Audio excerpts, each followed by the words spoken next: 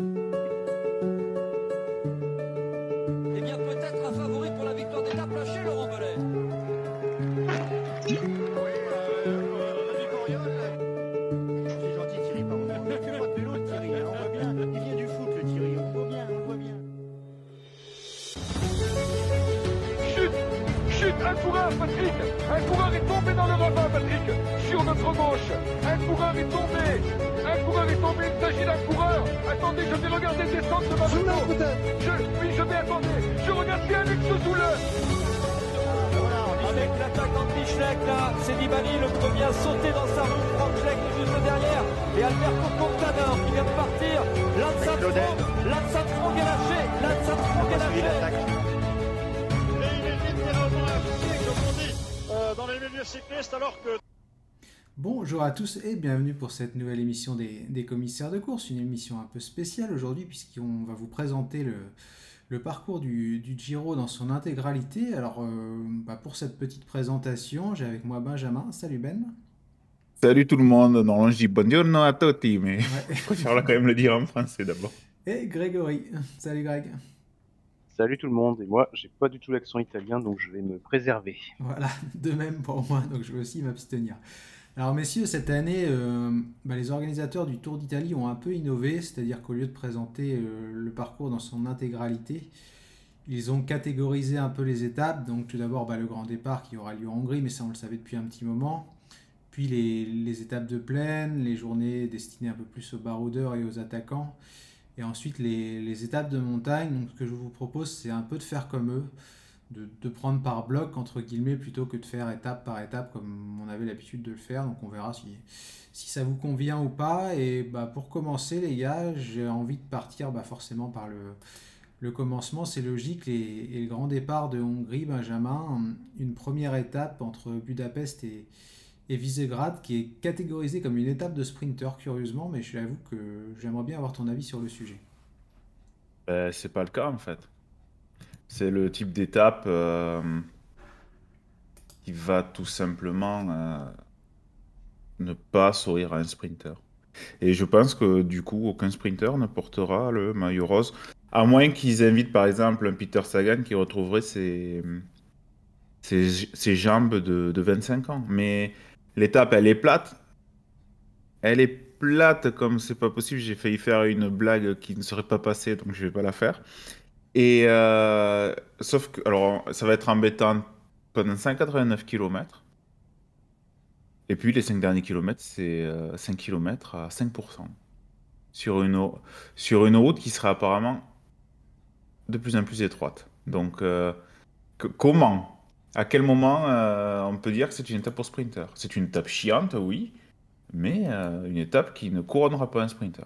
Une étape, Grégory, les pourcentages sont différents de ce qu'on voit sur la Vuelta, mais moi à première vue ça me fait penser à une étape un peu du Tour d'Espagne avec ces petits burritos à la fin, sauf que là bien sûr il n'y aura pas les pourcentages. Ouais, c'est ça, il y aura pas les pourcentages, donc ce sera pas forcément tout à fait le même type de coureur qui vont vraiment s'illustrer. Par contre, c'est vrai que l'entame d'étape est pas des plus passionnantes, aucun Grand Prix de la montagne, si ce n'est justement l'arrivée. On aura des sprints intermédiaires, donc ça va être ça va être peut-être une montée en puissance, et puis on va vouloir se placer et ça va rouler fort aux abords des 5 derniers kilomètres. Après l'échappée, je pense pas que ce sera forcément passionnant, mais ouais, effectivement, ça ne se terminera pas par un sprint massif, ça c'est clair. 5 km à 5%, c'est largement suffisant pour faire le ménage. On aurait peut-être pu voir un gars type Michael Matthews s'il retrouve ses jambes lui aussi, éventuellement, mais ce serait le seul type de gars un peu catégorisé sprinter qui pourrait prendre le maillot, mais après, à voir qui sera présent aussi. Moi, Ouais, je parce vois que plus un gars comme. Alors, est-ce qu'il sera sur le Giro? Sans doute. Est-ce qu'il sera avec les mêmes jambes que dans son ancienne équipe? À voir, mais un gars comme Joao Almeida, c'est parfait pour lui. tout à fait, d'autant plus que Benjamin, tu l'as dit, les sprinteurs n'auront pas la main ensuite parce qu'il y aura un chrono, et Joao Almeida, je crois qu'il a dit qu'il serait au Giro effectivement. Il pourra profiter de ce contrôle à montre le lendemain, contre la montre un petit peu spécifique, puisqu'il ne sera pas non plus tout plat. Assez court, mais avec une bosse également à la fin. Ouais, après, je sais pas si ça sera une grosse bosse. En fait, c'est marrant ce qu'ils ont fait parce que c'est un prologue, hein, ce chrono. C'est un prologue, mais après la première étape. Première étape que les sprinters, où les sprinters ne devraient pas pouvoir prendre le maillot rose. Donc c'est original comme concept. C'est ton avis aussi, Grégory, un peu cette originalité d'inverser un peu les étapes? Ouais, c'est original puisque effectivement on aurait pu s'attendre à ce que ce soit l'inverse en fait, le chrono d'abord et puis une étape en ligne ensuite, mais ouais, ça peut être intéressant. Mais déjà il y aura des petites cassures qui vont se faire dès la première étape, un chrono qui sera là pour faire encore un petit peu d'écart. C'est sûr que ça va commencer à décanter un petit peu le classement général et peut-être que ça permettra à la course ensuite d'être moins nerveuse. Enfin, en tout cas au niveau de la lutte pour le maillot rose des premières étapes, qu'on n'aura pas de, enfin, qu'on aura peut-être un peu moins de nervosité au niveau des sprints, en tout cas qu'il n'y ait pas 150 coureurs qui veulent être dans les 10 premiers du peloton, quoi. On verra. Tout à fait. Alors ensuite, on va se diriger vers le lac Balaton, donc une des plus grandes régions touristiques de la Hongrie pour cette dernière étape sur le territoire hongrois, pardon, une étape toute plate, Benjamin, où là, cette fois-ci, on devrait assister au premier sprint massif. Oui, une étape toute plate, il y a une cote de quatrième catégorie dans le final, mais je pense que c'est rien, donc ça va être une étape Oui, pour être allé dans cette chiante. région-là, c'est quand même assez plat, hein, y a pas de... Oui, je pense que ça va être une étape qui ne va pas être intéressante à suivre. Et un premier sprint massif, donc, un Mais bon, il en départ. faut, hein. Oui, il en faut parce que bah, on l'a déjà assez dit, hein, souvent lors de nos émissions, ce qu'on aime aussi c'est l'équilibre. Donc le but c'est pas non plus d'avoir un grand tour qui est complètement orienté grimpeur ou puncher, il en faut aussi pour les sprinteurs, d'autant plus que le Tour de France cette année, il risque pas d'y avoir énormément d'arrivées massives, donc c'est bien aussi d'en avoir un petit peu sur le Giro. Alors on va passer à la suite, Grégory, du coup, les étapes de plaine. Alors ils en ont répertorié 7 RCS Sport et je voudrais avoir ton avis. Déjà, on va enlever la première hein, parce que la première étape était considérée, comme on l'a dit, comme une étape pour sprinter, mais c'est pas le cas. Est-ce que c'est considéré comme une étape pour sprinter ou une étape de plat? Dans leur descriptif, c'était les étapes destinées aux sprinters. Ouais, c'est spécial quand même, hein. Mais bon, il y en a 7, mais en vérité, il y en a 6 maximum et on va les prendre une par une. On va zapper la première parce que forcément, on l'a dit, au lac Balaton, on a de grandes chances d'avoir une arrivée massive. Mais ensuite, Grégory, à ton avis, est-ce que cette première étape destinée en Sicile, puisqu'on partira de Hongrie pour rejoindre l'île italienne, est-ce qu'elle est sûre à 100% pour toi de donner lieu à un sprint massif vu son profil et la bosse que vous voyez là dans le premier tiers de l'étape? Bah, sûr à 100% non, justement, étant donné le profil. Et par contre, ce qu'on peut signaler, c'est que ce sera la 5e étape et qu'elle interviendra juste après la première arrivée au sommet de l'Etna la veille. Donc, ce sera à voir. Peut-être que certains voudront déjà commencer à se reposer un peu et qu'on pourrait laisser une échappée partir. Maintenant, on restera quand même en première semaine du Tour d'Italie, donc il y aura quand même des forces en présence qui sont assez fraîches, je pense. Et vu le final de l'étape, il y a quand même de bonnes chances qu'on assiste à un regroupement dans la descente du premier Grand Prix de la montagne en deuxième catégorie et que ça finisse au sprint. Maintenant, c'est pas du tout une certitude. Le profil laisse espérer plusieurs types de courses. Ça peut être une échappée qui prend pas mal d'avance. Ça peut être un sprint en comité moyen ou ça peut être un sprint massif des fois que l'ascension soit grimpée vraiment tout tranquillement. C'est ton avis aussi, Benjamin? On peut assister à plusieurs scénarios où malgré tout, en première semaine, on aura sprint massif quoi qu'il se passe.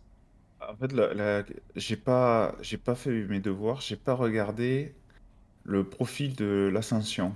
Alors, elle est pas très compliquée, elle est longue, dans le sens où je crois qu'il y a un petit peu plus de 20 km si on compte la première partie en faux plat montant. Il n'y a pas beaucoup de pourcentage, mais elle est assez longue. Je crois que c'est du 3, 4, 5%. Donc, gros, si bataille il y a, ça sera plus lié à l'usure en fait qu'au pourcentage et à la difficulté. D'accord. Alors, si je devais mettre ma main à couper dans une des deux possibilités, je dirais plus échapper. Parce que le départ de l'étape est vallonné. Là, ça monte dès le 8e kilomètre. Après, elle est très longue cette échappée. Non, mais cette montée, elle est longue, donc je pense que ça peut rouler. S'ils arrivent à sortir à une vingtaine, et au final, en bas de la descente, il reste moins de 70 kilomètres. Donc, à voir. À voir. Non, je pense que l'échappée peut avoir une chance. Ça dépendra en fait s'ils sont nombreux ou pas. Parce que là, on parle des étapes de plat, mais on est à la 5e étape. La veille, il y aura eu l'Etna, bon, on y reviendra. Qui veut dire que les organismes commenceront à être fatigués. Et on a toujours vu que autour de l'Italie, c'était plus compliqué pour les équipes que au Tour de France. Alors pour la Pour suite contrôler. et la deuxième étape réservée aux sprinters, celle-ci, bon, il y a une petite bosse Grégory hein, dans sa première partie, mais moi j'ai du mal, et tu vas me donner ton avis, enfin j'ai du mal à imaginer autre chose là cette fois-ci qu'une arrivée massive entre Palmy et Scalea.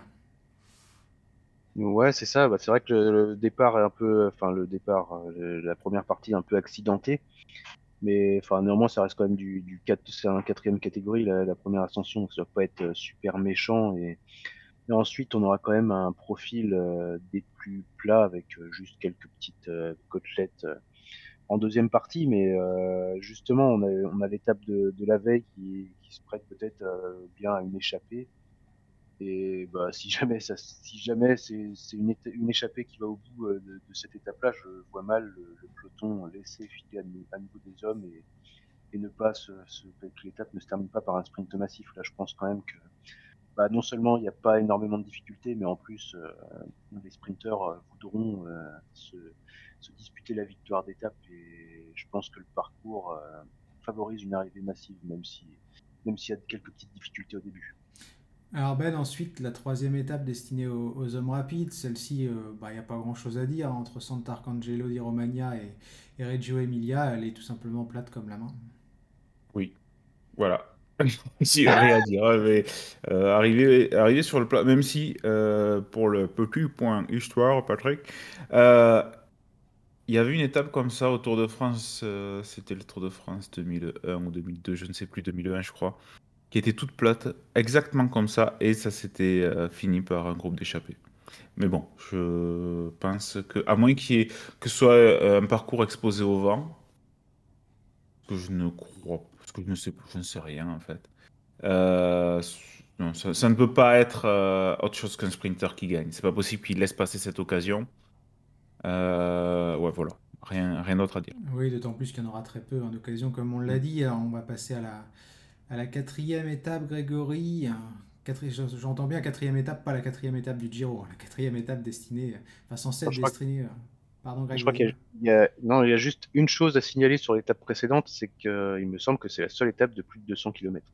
Oui, parce que la grande étape de montagne fait 200 tout pile, je crois.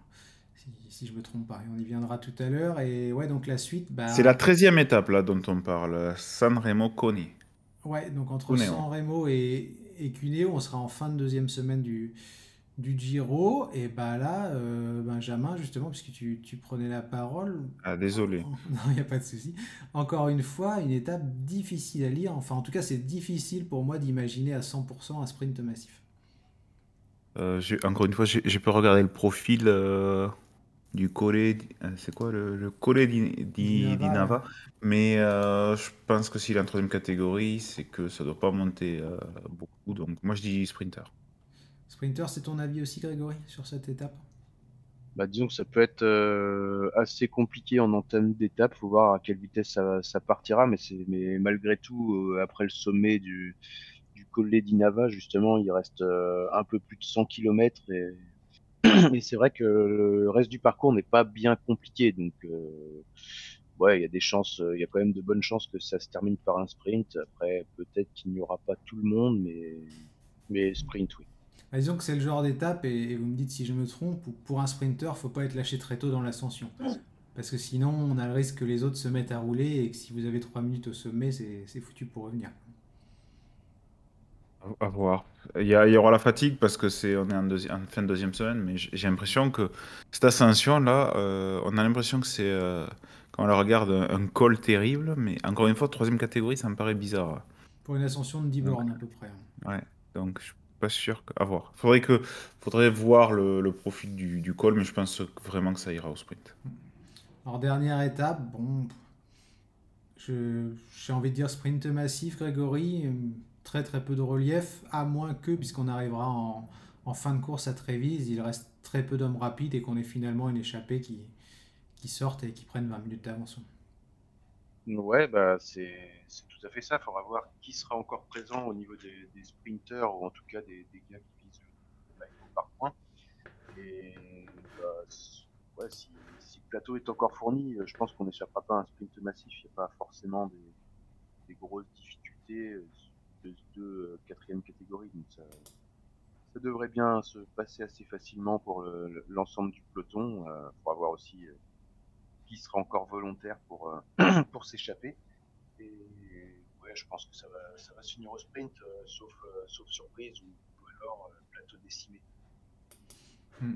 Alors on va passer à la suite un peu plus intéressante parce qu'on arrive aux étapes dites vallonnées. Enfin, c'est comme ça que les a définies RCS Sport. Et je vais commencer, Benjamin, par celle tracée entre Diamante et Potenza. Une vraie étape casse-pattes là, qui est vraiment intéressante sur le papier avec de la distance en plus puisqu'il y aura 198 km. Alors, c'est la Diamante Potenza, c'est la septième étape. Et on a donc 4500 mètres de dénivelé positif, avec des ascensions qui vont quand même amener les coureurs dans des filières, je sais pas si on peut dire longues, mais c'est pas Liège-Bastogne-Liège où c'est des efforts de généralement moins de 5 minutes. Là, on a des vrais petits cols. Donc, arriver, bon, déjà, ça sera pas un sprint massif. Bon, ça, vous aviez pas besoin de moi pour le savoir. On pourrait même avoir une bagarre chez les favoris dans les deux dernières ascensions. L'étape est longue, 190 km, en tout cas pour les standards actuels du cyclisme. L'étape est belle, hein, franchement, il y a de quoi faire. Alors, il suffit qu'il y ait une météo qui soit pas très joyeuse, et ça peut faire de très gros dégâts. D'autant que l'étape, parce qu'il faut toujours regarder le placement des étapes pour savoir s'il peut se passer quelque chose, eh bien, elle est entre Palmis, Calea, dont on a parlé, qui a une petite ascension au départ, mais rien de plus, et Naples, enfin, un circuit autour de Naples, dont on va parler juste après, qui est vallonné, mais là, on part sur des côtes, alors que là, on a des cols. Donc, je pense qu'il peut y avoir. Ça sera une belle étape à suivre, en tout cas. Alors une belle étape effectivement, Grégory, et puisque Benjamin parlait de l'étape suivante, ça tombe bien parce qu'elle est juste en dessous dans les profils qu'on vous présente. Alors celle-ci, je trouve qu'elle est dure à lire et j'aimerais bien avoir ton avis, parce que c'est peut-être la seule des étapes vallonnées où on pourrait avoir un sprint. Enfin, j'entends pas un sprint à 176 coureurs, mais un peloton de taille réduite peut-être, ou des baroudeurs, ou finalement des punchers. Enfin, j'ai l'impression qu'il y a plusieurs possibilités quand même pour ce circuit autour de Napoli. Ouais, c'est assez particulier comme profil et bon, tout le monde ne passera pas, mais c'est vrai que ça peut se finir par un sprint et moi ça me fait penser un petit peu ça me fait penser un petit peu au final de Milan-San Remo en fait le profil comme si on avait rajouté des bornes au final de Milan-San Remo mais ouais, je pense que ça pourrait être ce type de coureur, peut-être une lutte entre des sprinters qui passent les bosses et des baroudeurs, des attaquants qui essaieraient de chez vous. Je sais pas ce que valent les descentes dans le final. Faudra voir si on peut résister ou s'il peut y avoir match. Mais ouais, je vois bien une petite bagarre avec un groupe d'échappés costauds d'abord, puis enfin des hommes forts du peloton qui essaieraient de mettre en difficulté des sprinters qui passent bien les bosses. Et puis dernière chose, s'il y a vraiment de la baston, quelles équipes seront là aussi pour contrôler la course on va voir si on ne se fait pas piéger aussi. Une étape napolitaine, Benjamin, qui s'annonce nerveuse en plus parce qu'on a que 149 km, donc ça pourrait ne pas trop débrancher de la journée. Ouais, à voir. Vraiment, j'ai du mal à la lire cette étape aussi. Il est possible qu'on ait un sprint d'une quarantaine de coureurs. Parce qu'encore une fois, là, les côtes s'enchaînent, c'est vrai, mais elles sont pas longues. Mais tu sais, ça me fait penser à la dernière étape du Tour du Catalogne, celle qui Ouais, arrive sur le circuit de peut-être. Montjuïc à chaque fois. Mm. Ouais, ouais, mais je crois que je me demande si la cote ne revient pas plus rapidement en Catalogne. Moi, ça me fait penser à un championnat national. Oui, aussi, parce qu'on est en circuit, on est sur, avec une bosse. Donc, à voir après. En fait, c'est simple. On ne serait pas sur un grand tour, je te dirais que ça n'arriverait pas au sprint. Maintenant, à voir si ceux qui peuvent faire le plus de différence auront intérêt à faire bouger le cocotier, comme on dit, et à l'inverse, ces mêmes coureurs qui ont les plus puissantes équipes n'auront pas envie justement de contrôler la course, de la cadenasser pour éviter toute déconvenue sur ce circuit. Alors ensuite, entre Pescara et Jésy Grégory, j'ai envie de dire honneur aux baroudeurs, parce que même si la deuxième partie apparaît compliquée, il y a quand même 100 bornes de plat où une échappée devrait quand même très vite prendre le large. Ouais, c'est ça. Bah, on arrivera déjà en 10e étape, à mi-parcours de ce Giro. Donc, la fatigue commencera à se faire sentir très certainement. Alors oui, effectivement, la deuxième partie de l'étape est assez vallonnée, donc ça devrait donner lieu à une bonne bagarre dans un groupe d'échappés. Après 100 km qui sont vraiment complètement plats, donc à voir qui pourra aller dans l'échappée. On risquera d'avoir des hommes quand même très efficaces sur le plat, ou alors des baroudeurs grimpeurs qui pourraient peut-être être usés un peu à l'amorce des difficultés dans le final. Donc ouais, ce sera à voir, mais je pense qu'on pourra avoir une échappée. En tout cas, je vois difficilement cette étape se terminer par un sprint en comité réduit du peloton, plus une échappée et peut-être un petit sprint derrière, mais très loin derrière probablement l'échappée. C'est ton avis aussi, Benjamin, sur ce Giro que enfin, tu le disais toi-même, hein, c'est vrai que c'est une course qui est plus dure à contrôler que le Tour de France. Là, toi aussi, tu vois mal qui pourrait vouloir maintenir à 2-3 minutes un groupe d'échappés. Oui, parce que en plus, il y a le blocos juste avant et juste après, il y a l'étape toute plate de Reggio Emilia. Donc, les équipes de leaders se reposeront de la veille et les équipes de sprinters se reposeront pour le lendemain. Alors ensuite, Donc, ça me Benjamin, je te paraît. laisse la main. On a une énorme montée de 97,3 km entre Alors là, c'est Paris une montée et plate, Genova. mais il y en a eu une comme ça à une époque là sur un Giro pour aller en Autriche ou je ne sais Ouais, quoi. je crois ça faisait quasiment, enfin ça faisait plus de 100 km je crois d'ascension cette année-là. Bon, c'est du 1 Bon ou après, 2%, hein, on vous le voilà, précise c'est quand du même. 1%, c'est rien parce que tu montes de 600 mètres non, c'est même pas 1%. Tu montes de 600 mètres Ouais, il y a 900 en mètres de 90 dénivelé km. positif en 97 bornes, donc oui, c'est moindre que Non, 200 en effet. Ouais. par contre, enfin, bon, tu me diras pour des pros, si ça va, tu peux récupérer. Ouais, il y a une échappée qui va y aller. Alors par contre, quand tu dois rouler derrière une échappée, ça c'est pénible, parce que tu perds plus de force. Mais bon, soyons honnêtes, c'est une étape sans doute où on laissera partir des coureurs loin au général, qui s'expliqueront ensuite dans Dans le le Montebello. Montebello. Et il est possible, il n'est pas inenvisageable qu'on ait quelques escarmouches entre favoris dans cette même ascension, même si, on le sait, dans des étapes comme ça, souvent les leaders ont peur de la descente derrière et donc ne s'attaque pas. On aura peut-être un Nibali qui mettra le boxon pour essayer de creuser ensuite dans la descente. C'est possible. Alors ensuite, entre Santena et Turin, là, Grégory, un peu comme la première étape vallonnée qu'on a décrit ensemble, ça va pas débrancher. À part les 10 premiers kilomètres, ça monte et ça descend tout le temps. Donc sur le papier, c'est vraiment une étape intéressante, un peu en circuit, parce que j'avais pas fait gaffe et tu vas pouvoir nous en parler. Je me rends compte que le col de la Madeleine, si je le traduis bien, si ça se trouve c'est pas ça du tout, on le retrouve à plusieurs reprises. Ouais, je saurais pas trop traduire non plus, mais ouais, effectivement, ça a l'air d'être d'un tracé en circuit et on a quand même pas moins de 3500 mètres de dénivelé positif en seulement 153 km, donc ça va bien faire mal aux jambes et je pense qu'il peut y avoir du dégât sur cette étape. Il faudra pas être dans un mauvais jour, ça c'est certain. Après, c'est sûr que chacune des ascensions mises à part, enfin mises une par une, ne sont pas forcément compliquées, mais l'ensemble va vraiment faire mal aux jambes et ça devrait batailler tout du long puisque il devrait y avoir quand même pas mal de coureurs qui vont cocher cette étape, qui vont absolument être dans l'échappée. Et de l'autre côté, les favoris du classement général ne vont surtout pas se faire piéger et perdre du temps. Donc ça va pas mal bastonner, pas mal de profils de coureurs peuvent remporter l'étape, faudra voir. Il y aura peut-être des gars qui vont se replacer au général aussi. Ça pourrait un peu exploser de partout, même si c'est pas du tout une étape de montagne. C'est le genre d'étape, Benjamin, où chez les favoris, on espère que les conditions climatiques seront pas trop mauvaises. Ah ouais, parce que là, c'est un tour de Lombardie, j'ai l'impression. Et puis, non, c'est clair que s'il y a de grosses conditions météo, ça peut faire d'énormes dégâts. Alors, par contre, par rapport à son placement, je pense pas il y aura pas de mouvement d'envergure des favoris, normalement. Hormis peut-être un qui a déjà perdu un peu de temps, puisqu'elle est en prologue de deux grosses étapes de montagne. Maintenant, quelle belle étape, quelle belle étape. Ça, c'est des étapes très intéressantes à regarder. Faudrait voir, bien sûr, maintenant, puisqu'on n'est pas des experts, en tout cas, je n'en suis pas un, des routes en Italie, mais comment sont les routes? Est-ce que ce sont plutôt étroites? Est-ce que c'est un bon revêtement?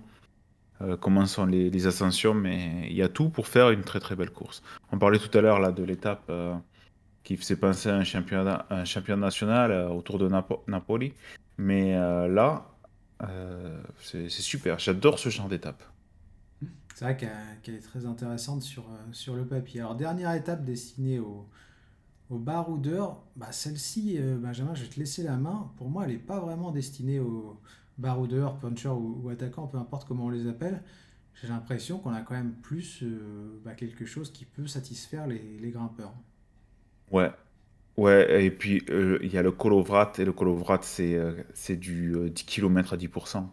En Slovénie d'ailleurs, tiens, je vois sur Ouais, c'est pas possible de zapper une telle étape. Et en plus, ça arrive au sommet. Pour moi, c'est une étape de favori. C'est ton avis. Alors, je peux comprendre qu'il l'ait mis là, excuse-moi. C'est de la moyenne montagne, c'est pas de la haute montagne, mais c'est une étape qui fera du dégât. C'est ton avis aussi, Grégory? Ouais, je pense aussi, oui, que ça va être une explication entre les favoris. Alors, effectivement, ça risque on risque de bien se marquer jusqu'au pied du Kolovrat et qu'il n'y aura pas forcément de course entre les favoris avant, mais clairement le final est quand même assez compliqué. Il y a peut-être une transition un petit peu entre le pied du Kolovrat Qui est un peu long, et le peut-être. pied de la montée finale. Après, c'est une dizaine de kilomètres, mais quoi qu'il en soit, il y aura déjà une première bataille ou on se jaugera un petit peu dans la première montée qui est quand même très difficile et on remettra le couvert dans la montée finale. Il y aura certainement des petits écarts entre les leaders, oui. Ça va être compliqué quand même qu'une échappée arrive au bout, sauf si vraiment on leur laisse beaucoup d'avance. Faudra vraiment voir. Alors place, messieurs, maintenant aux étapes de montagne. Donc c'est ce qui nous intéresse forcément le plus. Et on va commencer, Benjamin, par quelque chose qui devient désormais traditionnel lorsqu'on passe en Sicile. Une arrivée au sommet, j'allais dire au sommet, non, parce que c'est peut-être pas forcément une bonne idée d'arriver au sommet d'un volcan, mais on va arriver en tout cas sur les pentes de l'Etna. Écoute, ouais, et c'est habituel. Écoute, je préfère un Etna peut-être comme Montevergine. C'est plus intéressant. Je dis pas que ça l'est énormément, mais ça l'est toujours plus que Montevergine. Il y aura des coureurs qui vont peut-être perdre le Giro d'entrée, qui sont peut-être pas prêts en début de course. C'est toujours intéressant en fait ces ascensions, parce que tu vois qui est bien et qui ne l'est pas. Alors, et puis Après, Benjamin aussi sur après c'est les... chiant, c'est chiant. Je suis bien. On va pas avoir on va avoir un train, mais ça permet déjà de voir un premier état des troupes. Ouais, puis Benjamin, en plus, on ironise souvent sur le vent de face et tout pour Mm. justifier l'absence de spectacle. Mais sur une montée comme l'Etna, qui est pas mal à découvert, surtout dans sa partie haute, là, le vent de face peut vraiment jouer un rôle. Ça sera vraiment différent, le scénario, suivant la direction du vent. Oui, complètement. Complètement. Et puis c'est peut-être une des arrivées au sommet qui peut permettre à un échappé de résister. Ouais, on se D'ailleurs, souvient, c'était Polanche, hein. Poulenc. Ouais. Ouais, Poulenc, ouais. Donc non, c'est bon, c'est habituel, j'aime bien. Grégory, c'est ton avis aussi, quelques petits écarts quand même, peut-être, mais rien de rédhibitoire, en tout cas pour les favoris. Non, je pense pas. Après, ce qu'on peut signaler éventuellement, c'est que c'est pas le versant qui a été monté ces dernières années, il me semble. Là, on a une montée en 2 paliers et au final, on monte quand même pendant 30 bornes. Enfin, les 30 derniers kilomètres sont montants à part une petite descente avant d'attaquer la deuxième partie de l'ascension. Donc ce sera peut-être un déroulement un petit peu différent de ce qu'on a connu et enfin je l'espère bien puisque c'est vrai que ces dernières années l'arrivée à l'Etna n'avait pas grand chose de passionnante et oui effectivement on peut perdre le Giro dès cette arrivée au sommet là mais normalement ça devrait se jouer à quelques petits écarts. Effectivement le vent de face empêche souvent les offensives. Donc, je pense que ça devrait pas mal se regarder et on saura qui est dans le coup, qui ne l'est pas, mais on ne saura pas qui gagnera le Giro, ça c'est sûr. Alors ensuite, Benjamin, Isernia Blockhaus, une belle étape là encore, 187 bornes, donc on approche de la barre des 200. Une belle montée avant la montée finale et cette montée du Blockhaus qui devrait faire des dégâts normalement. Elle est culte, la montée du Blockhouse. Elle est pas si ancienne sur l'histoire du Giro. Alors, enfin, là, peut-être je me trompe, mais moi, la première fois, en tout cas, où je l'ai vu, je crois que c'était en 2011 avec Contador. Et j'ai peu souvenir. J'avais toujours, enfin, dans ma tête, j'avais l'impression que c'était une montée qui n'était pas précédée de difficultés. Ce qui n'est pas le cas aujourd'hui, puisque, enfin, aujourd'hui. Cette année, puisqu'il y a le Passo Lanciano avant. Et un circuit Donc, difficile aussi dans sa première partie. Enfin, ouais, tracé, ça va forcément faire des dégâts. C'est la première vraie étape de montagne. On n'a pas trop l'altitude. Ouais, on n'a pas trop l'altitude, mais quand même, on est encore en début de Giro. On aura eu l'étape vallonnée autour de Naples avant. On aura eu l'étape de Potenza également pour fatiguer les organismes. Et l'étape d'après, c'est encore une étape vallonnée. Non, on devra assister à une belle course. De toute façon, le Blockhouse, c'est 13,6 km à 8,4%. Donc, dégâts. Forcément dégâts. Alors l'étape suivante, Grégory, enfin l'étape de montagne suivante, elle est tracée différemment. Une première partie assez simple, entre guillemets. Puis on a 2 belles montées et peut-être une montée finale un peu plus roulante, on a l'impression sur le graphique qui nous emmènera vers Cognier. Et quel scénario on peut avoir à ton avis sur ce genre d'étape? Sur cette étape, je pense pas trop justement à une lutte entre les favoris, étant donné le profil de la dernière ascension. Donc, je vois bien une échappée, peut-être même un groupe assez conséquent sortir au départ. Et s'il y a de bons grimpeurs à l'avant, je pense que, enfin, qui sont bons en général, bien sûr, je pense que ça pourrait aller au bout et que la lutte pour la victoire d'étape pourrait être vraiment très intéressante. Ensuite, pour les favoris, je pense quand même qu'on va pas mal se regarder, ça va rester ensemble, à mon avis. Alors, évidemment, si jamais il y en a un qui est en difficulté, ça peut tout à fait se mettre à embrayer un petit peu dans le final et si jamais un coureur en difficulté, il perdra énormément de temps si ça roule, mais sinon en cas entre guillemets normal, je dirais que ça va pas mal se regarder entre les leaders et que ça se jouera entre les échappés. Alors peut-être aussi que éventuellement un coureur qui aurait perdu un peu de temps en profitera pour se replacer au général en se glissant dans l'échappée. Ça aussi, ce sera à voir. Alors avant de te demander ton avis, Benjamin, je reviens une étape en arrière. Et Stradrey nous précise que c'est un autre versant du Blockhouse qui sera escaladé D'accord. l'an prochain. Ok. La montée avant le Blockhouse, c'est le même que lorsque Quintana a fait son festival en 2014. Non, c'était 2014, je crois. Mais il dit que la montée avant le Blockhouse, ça sera un autre versant. Ah oui, pardon, j'ai mal lu. Oui, je suis allé beaucoup trop vite, ouais. Et Donc pour la l'étape, montée avant, c'est le Blockhouse, mais un autre ouais. versant. Pardon pour la confusion. Pour l'étape de Cogne, ben si on aura peut-être on aura peut-être une bagarre, même si c'est vrai que bon le dernier col est pas terrible, c'est parce que le lendemain on est en journée de repos. Donc peut-être, s'il y a un vent de dos, possible qu'il y ait quelque chose à voir. Alors la suite, Benjamin, je te laisse la main. Pour moi, c'est l'étape Rennes, 200 bornes. L'étape Africa, moi j'adore quand on arrive à Africa et cette montée un peu plus facile à la fin, même si là vraiment il y aura presque pas de montée. On aura un premier col très difficile et assez long à escalader, puisqu'on sera en montée pendant environ 30 bornes. Ensuite, le Mortirolo, même si on l'aborde par Edolo et son versant sud, donc on n'est pas sur la montée terrible du Mortirolo qu'on a pu voir ces dernières années. Et un espèce de truc affreux à Santa Cristina à la fin qui risque de faire de gros dégâts. Je me demande d'ailleurs si on n'est pas sur le même final d'étape qu'en 1994, avec le Santa Cristina. Bon, ouais, non, pour moi, c'est pas l'étape reine. C'est la deuxième grosse étape, je dirais, quand on arrivera sur l'étape, laquelle pour moi je considère comme reine.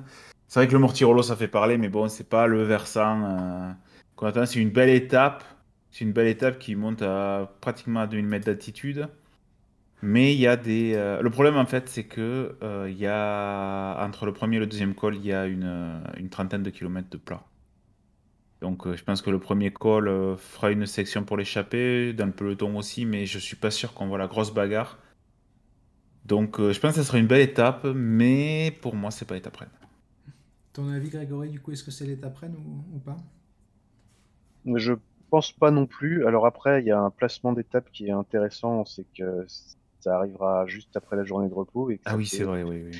ça peut faire du dégât pour ceux qui n'auraient pas bien récupéré, puisque c'est vrai que le départ d'étape n'est pas vraiment compliqué, mais on reste quand même sur du faux plat montant tout le long avant d'aborder la première ascension. C'est vrai que certains pourraient avoir des problèmes à l'allumage, entre guillemets. Et ouais, mais en tout cas, les coureurs resteront quand même pas mal en prise dans toute la journée. Je pense qu'il y aura quand même une belle bagarre. Bon, pas dès le départ, mais c'est vrai que je vois plus une bagarre dans le final de l'étape, je pense plus dans le Santa Cristina qu'autre chose. Je pense pas qu'on déclenchera les hostilités avant, en fait. Peut-être qu'on se testera un petit peu dans le Mortirolo, mais je pense que ça devrait pas forcément aller très très loin et qu'on se testera davantage dans le Santa Cristina pour vraiment creuser des écarts. Alors ensuite, entre Ponte di Legno et la Varonne, là, on aura une belle bagarre au début, puisqu'on va commencer, Benjamin, par 8 km d'ascension. Puis on aura un tracé un peu différent de ce qu'on a vu précédemment, parce qu'on aura une longue descente, ou un long faux plat descendant en tout cas. Puis deux belles montées, avant une arrivée un peu toboggan, qui pourrait donner des envies aux attaquants, parce que ça sera très dur, j'imagine, de reprendre du temps sur ces 8 derniers kilomètres après l'arrivée le sommet du Monte Rovere. Ouais, on risque d'avoir des coureurs de partout au début de l'étape. Puisqu'il y en a plein qui vont essayer de prendre l'échappée, il y en a qui n'aiment pas les départs à froid, donc ça va être terrible. Normalement, je dis bien normalement, on devrait avoir un regroupement dans les kilomètres qui suivent. Mais après, attention, hein, on ne sait pas comment sera la météo. Je vous rappelle que cette année, sur le Tour de France, on a eu une étape qui commençait comme ça et qui n'a jamais débranché. Et Geraint Thomas, par exemple, a perdu le Tour de France sur une étape avec un départ d'étape probablement moins dur que celui qu'on a là aujourd'hui. Surtout qu'on C'est aura de sur l'altitude, l'étape. Benjamin, parce qu'on part à Ouais. 1325 mètres. Donc à voir, hein. Attention, s'il y a un favori qui n'aime pas du tout ça, imaginons qu'il est piégé, les autres qui passent avec leurs équipiers, est-ce qu'il ne faudrait pas mieux l'enterrer et ne pas faire comme en 2018 avec un Froome qui aurait pu se faire enterrer plusieurs fois et qui ne l'a jamais été et qui a réussi à l'emporter après. Et ensuite, en fin d'étape, il y a le Ménador, et le Ménador, c'est quasiment 10% de moyenne sur 8 km. Donc oui, il va y avoir des dégâts, il y aura une bagarre entre les favoris. D'autant que la veille, il y aura eu l'étape de l'Aprica, donc de la fatigue. Il est possible que sur l'étape de l'Aprica, j'avais pas pris en compte la journée de repos, il y ait des coureurs qui perdent du temps, voire beaucoup de temps, parce qu'ils ont du mal après la journée de repos, et qui voudront tenter de la reprendre, surtout avant une étape totalement plate le lendemain. Donc ensuite, on aura une dernière étape de montagne, parce qu'on arrive presque à la fin, Grégory. Une belle étape, hein, elle est plus courte que celle d'Aprica, mais ça monte quasiment tout le temps en fait, parce qu'à part les 30 premiers kilomètres, on a une longue montée vers le Passo San Pellegrino, quasiment 2000 mètres, ensuite le Passo Pordoi qui sera la Cima Coppi 2200, puis une montée finale terrible vers Marmolada et le Passo Fedaia, surtout sa partie finale qui s'annonce assez dantesque. Ouais, et cette étape-là, je pense qu'elle va faire quand même très très mal. C'est vrai que l'approche déjà du San Pellegrino avec des très longs faux plats avant même le pied de l'ascension, faudra vraiment pas être en mauvaise forme ce jour-là parce que les dégâts pourraient être vraiment énormes en cas de défaillance. Et 167 km, peut-être éventuellement des délais qui seraient pas énormes non plus, donc il faudra vraiment faire attention. Mais ouais, Passo San Pellegrino, Passo Pordeuil, Passo Fedaia, c'est quand même pas mal du tout. Ça a quand même un certain prestige aussi et je pense que les favoris du classement général voudront absolument s'illustrer sur cette étape-là et essayer de remporter l'étape. Ce serait très intéressant quand même pour celui qui gagnera le Giro de sortir aussi avec une victoire d'étape sur l'étape de la Chimacopi. Et ouais, je pense quand même qu'il y aura beaucoup de bagarres entre les favoris. Ce sera quand même la dernière grosse occasion, on va dire, de créer des gros écarts. C'est l'étape Rennes, du coup, Benjamin, pour toi, celle-ci? Ouais, pour moi, c'est l'étape Rennes. C'est l'étape Rennes. Alors, c'est vrai qu'il y a peut-être un manque de distance, 67 km, c'est la dernière étape de montagne, qui suit l'étape dont on a parlé avec le mont Kolovrat. Il y a l'altitude, puisqu'on monte à plus de 2200 mètres lorsqu'on passe le Passo Pordeuil. Il y a l'histoire, il y a la longueur, et puis la marmolade. Alors déjà, il risque d'y avoir des dégâts avant la marmolada, mais je peux comprendre que les favoris restent dans les roues pour les premiers de général, mais quand tu es 10, 15e, tu peux tenter de renverser la course, et puis la marmolada, c'est quand même énorme, quoi. Tu finis à 2000 mètres d'altitude, et dans la deuxième moitié du col, c'est quasi 11% de moyenne. Non, mais c'est énorme. C'est quelle étape? Ça, c'est des étapes qui me... Là, tu vois, là, on est dans le Giro. On est dans le Giro avec des longs cols, un enchaînement de difficultés. On passe la journée en haute montagne. C'est presque dommage qu'il n'y ait qu'une étape comme ça, en fait, sur le Giro.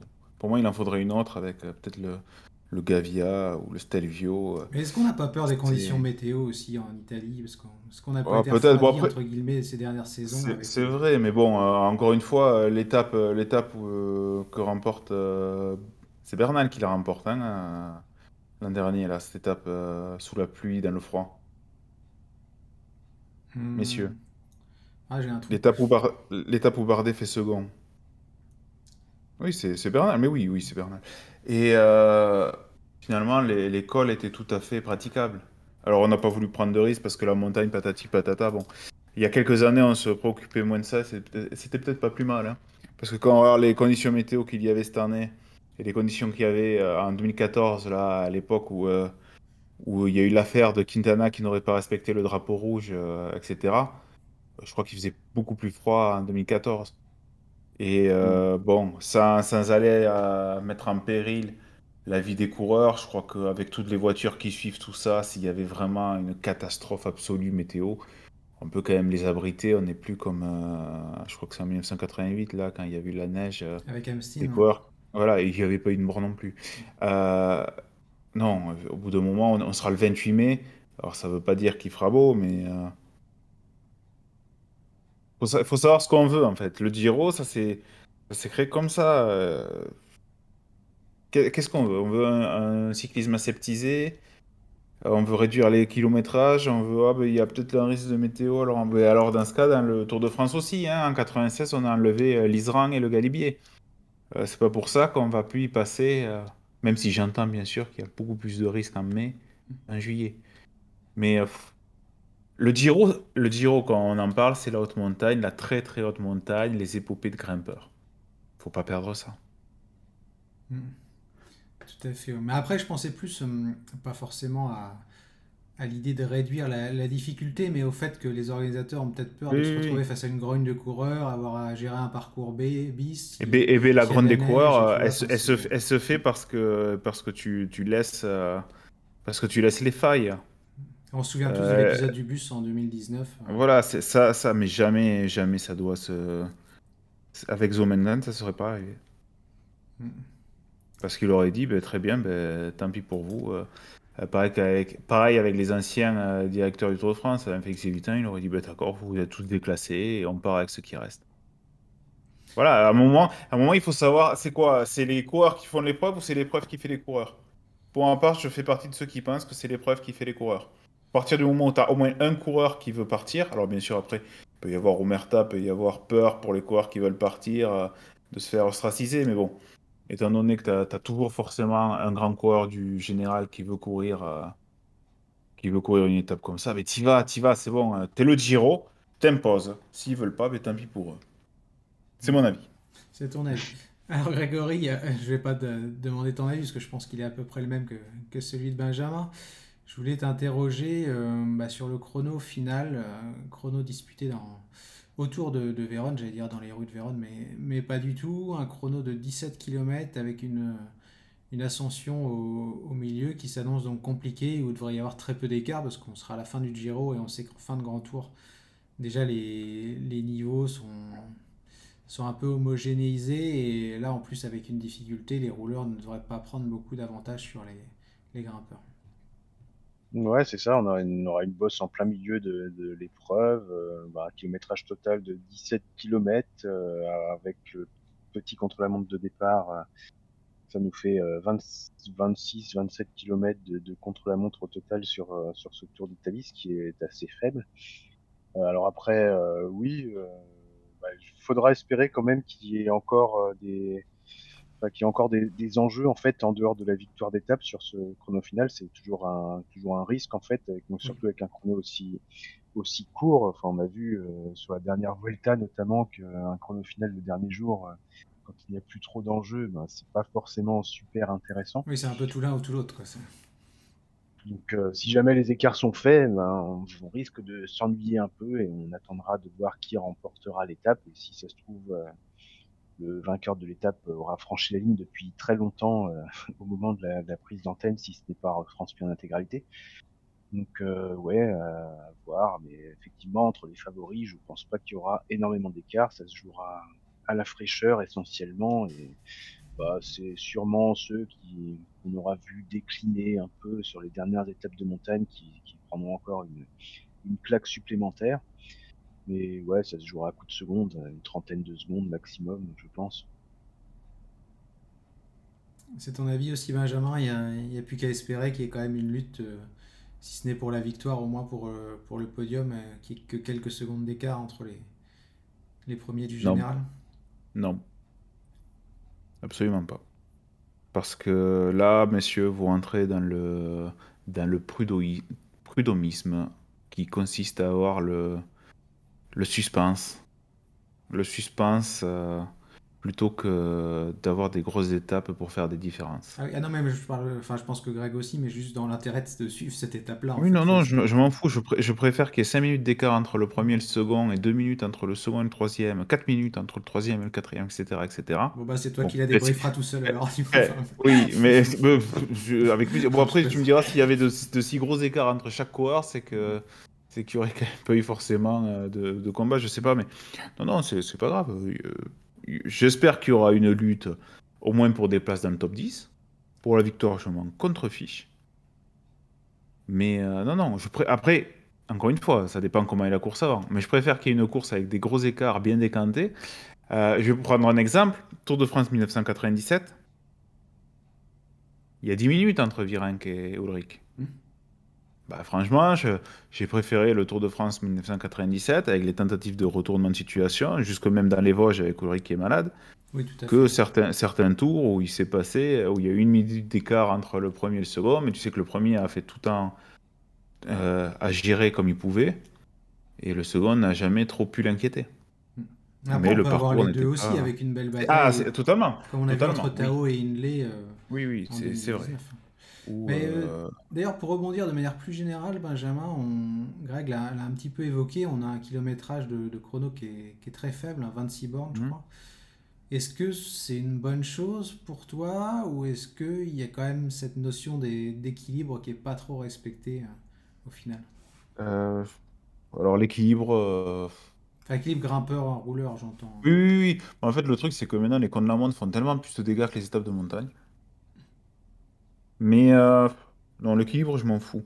Par contre, ça me dérange pas qu'il y ait plus de kilomètres de chrono, genre tu peux doubler 32 kilomètres de chrono, voire 40. Là, tu sais déjà qu'il y aura des minutes de différence, vu le cyclisme d'aujourd'hui.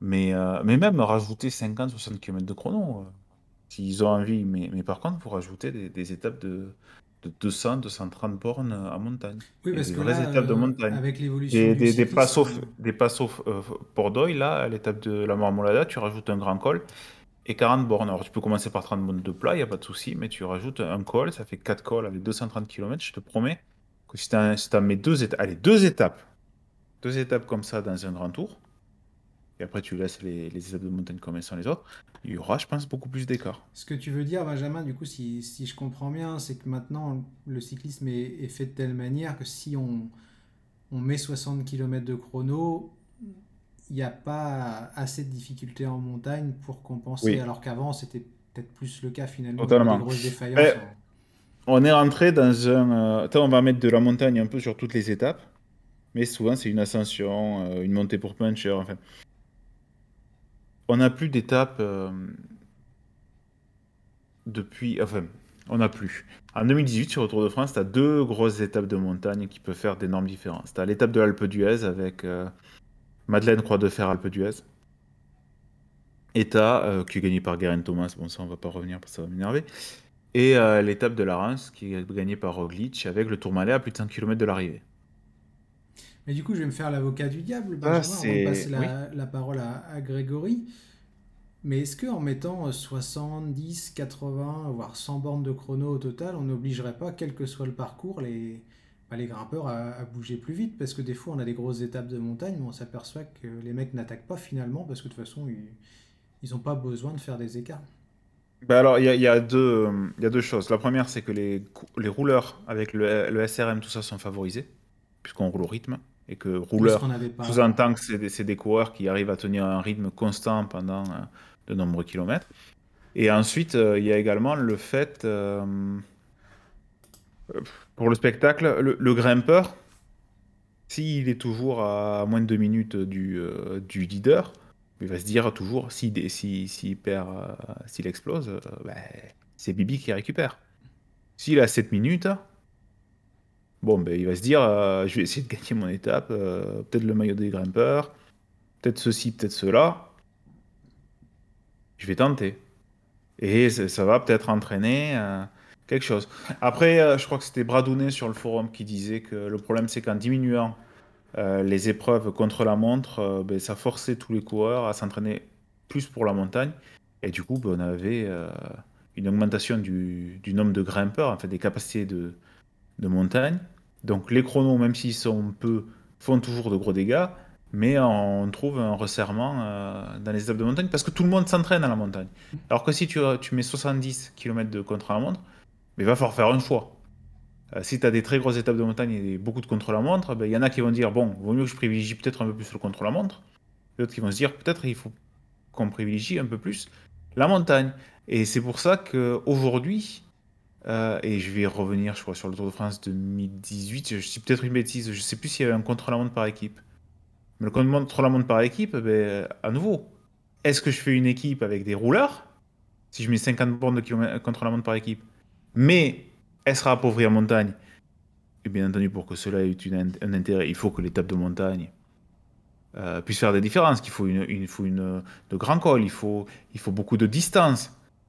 Ou je vais faire une équipe de grimpeurs, mais je sais que ben, j'aurai sans doute un déficit à récupérer après le contre-la-montre par équipe. Ou alors tu prends Filippo Ganna et Erwan de Nice. Et là, t'es Ouais, bon, tranquille. enfin, attention à Juan Denis sur une longue étape de montagne avec plusieurs cols, j'attends de voir quand même, hein. Enfin bref, Sur un col, oui, mais... Non, blague mais à vous voyez, part. je sais pas si j'explique bien. Oui, je vois. Et du coup, je vais demander à Grégory ce qu'il en pense, Greg, de ce ratio montagne, chrono, de l'évolution du cyclisme par rapport à tout ça. Bah déjà, on est face à un cyclisme qui a largement évolué par rapport à ce qu'on a vu dans les années même 90, même début 2000. C'est quand même assez différent. On a beaucoup plus de coureurs qui essayent de jouer le classement général des grands tours avec plus ou moins de réussite. Et c'est vrai que dans un passé un peu plus lointain, il y avait quand même très peu de gens qui visaient vraiment le général des courses, très peu de coureurs vraiment complets, très peu qui s'illustraient à la fois en montagne et en contre-la-montre notamment. On avait des grands grimpeurs qui se prenaient vraiment des raclées énormes de type quasiment 10 minutes en 50 km de contre-la-montre. Aujourd'hui, il n'y a plus rien de ça. Donc, je sais pas exactement si on essaie de mettre tous les types de coureurs à peu près complets dans le jeu en proposant des parcours avec pas mal de montagnes et un peu de contre-la-montre et souvent avec des bosses dans les chronos, ça permet à tous ces profils un peu complets de rivaliser et finalement d'être dans le jeu. Moi, j'ai l'impression qu'on essaye de mettre le plus de monde possible dans le jeu, mais que aujourd'hui on a quand même quelques coureurs, notamment certains Slovènes qui sont tellement énormes en contre-la-montre notamment qui sont quand même largement supérieurs à tous les types de coureurs complets qu'on a actuellement. C'est vrai. Alors pour finir, messieurs, j'ai envie de vous poser une question parce que je vois que l'heure tourne. Je vais commencer par toi, Grégory, avant de repasser à Ben. Quelle note, quelle note tu donnerais à ce parcours du Giro 2022? Est-ce que tu es globalement satisfait des étapes et des profils? Moi, j'aime pas mal ce parcours. Ouais, effectivement, c'est vrai que ça manque un peu de distance, enfin d'étapes vraiment qui font travailler l'endurance et qui épuisent vraiment l'organisme. Même si certaines étapes sont pas plates du tout et mettront les coureurs en prise du début à la fin, j'aurais aimé qu'on ait 2-3 étapes avec des kilométrages largement supérieurs aux 200 km par exemple. Mais les ascensions, j'aime beaucoup les ascensions qu'on aura. Peut-être que sur certaines étapes Rennes, sur l'étape Rennes, il manque peut-être un grand col, mais ouais, je serais tenté de mettre 7,5 sur 10, quoi, à peu près. Et C'est toi, pas mal, Benjamin? Pareil que Greg, Grégory, moi je mets 15 sur 20. Ouais, non, j'aime beaucoup, j'espère d'ailleurs qu'il y aura quelques Français qui viendront, hein, parce que... Non, c'est vous, après quelques années où le Giro c'était moyen, là on retrouve de belles choses. Alors à voir maintenant ce que ça donnera, mais là d'un premier jet, ça me plaît. Il manque peut-être une autre grosse étape. J'aurais aimé que celle du Mortirolo soit par l'autre versant du Mortirolo. Voilà quoi. Non, c'est bien. Franchement, par rapport à ce qui nous avait habitués ces dernières années, on peut pas se plaindre. C'est plutôt pas mal, j'avoue que je rejoins et la note de 15-16 sur 20 ouais, me paraît assez juste. Alors question subsidiaire, juste vite fait avant de boucler, parce que je sais que Grégory doit aussi aller au travail, donc on va pas trop traîner. Parcours du Giro ou parcours du Tour du coup? Pour l'an prochain, quelle est votre préférence? Là, il faudrait que je revoie le parcours du Tour de France. Mais non, mais excuse-moi, je vais répondre à la place de Grégory, le parcours du Giro, moi, le Tour de France, j'aime pas. Ouais, j'aurais tendance à dire parcours du Giro avec plateau du Tour de France. Ouais, une bonne réponse de Normand du coup. Et ben en bon Normand, moi du coup je vais dire que j'aime beaucoup les deux, donc je suis plutôt assez satisfait pour l'instant. Donc messieurs, je vous propose de... C'est quand même une honte les Pyrénéens ce qu'ils en ont fait. Moi je suis désolé, Ouais, j'accepte je sais pas ça. que la pilule ne passe pas Non, pour les c'est de la Pyrénées, merde. Ben. Et vous verrez, vous qui écoutez l'émission là, qui êtes encore avec nous, vous verrez que quand on en sera aux Pyrénées là, et qu'on se dira putain mais il n'y a plus qu'Otakam pour faire des écarts là parce que Péragude ils vont pas faire grand chose et à la fois c'est naze. Vous verrez, il manquera quelque chose. Ce Tour de France il manque quelque chose. Ouais, donc on va pas repartir sur le tour, sinon on va repartir sur une heure. Juste les rendez-vous, normalement samedi, je sais pas qui sera là. Moi je serai certainement pas présent, mais je crois qu'il y a un débrief de la saison de la Groupama FDJ qui est prévu demain en fin d'après-midi, si je me trompe pas. Alors je serai pas là, il y a le TFC qui joue. Voilà, il y a le TFC qui joue, donc mais non, Contre Limoux. Ah oui, enfin non, j'allais rebondir Coupe de là-dessus, mais France. ça n'a rien à voir, c'est la Coupe de France, j'allais dire qu'il y a les matchs des équipes nationales. Bref, et pour la Non, Vuelta, mais il y a le ça- match des équipes nationales aussi, hein. ouais, pour la Vuelta, ça sera le 16 décembre, donc on essaiera aussi de faire une émission le mois prochain. En attendant, messieurs, je vous souhaite une bonne journée. Je vous remercie tous de nous suivre lors de nos différentes émissions. Puis on se dit à très bientôt pour une nouvelle pastille des commissaires de course. Salut! Au revoir. Salut.